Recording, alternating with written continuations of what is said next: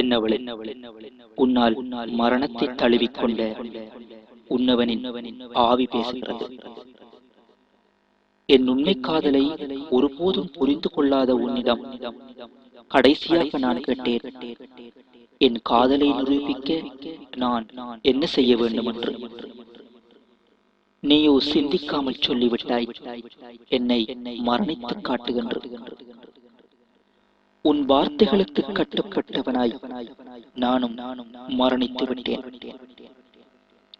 என் மரணச் செய்தி கேள்வியுற்று மனதுக்குள் மன்னிப்பு கேட்கிறாய் நீ. என் மரணச் செய்தி கேள்வியுற்று மனதுக்குள் மன்னிப்பு கேட்கிறாய் நீ. என்னவளே, இப்போது உன் அருகில் இருப்பது உயிரற்ற என் உடல் மட்டும்தான்.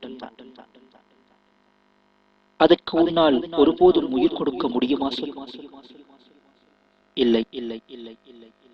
சிந்திக்காமல் நீ சொன்ன சிறிய அந்த வார்த்தை ஒன்றால் மனிதன் என்ற பட்டத்தை நான் இழந்து சிறகின்றி பறக்கும் ஆவியாய் அலைந்து கொண்டிருக்கின்றேன். ஆனால் என் மரண வீட்டில் நடப்பதையெல்லாம் என் மனதார பார்க்கின்றேன். அங்கு மற்றவரெல்லாம் என்னை பிணம் என்று பேசிக் கொண்டிருக்க, என் காதலை புரிந்து கொள்ளாத நீ மட்டும் என்னை கட்டிப்பிடித்து கதறி அழுகின்றாய். என்ன கொடுமை இது!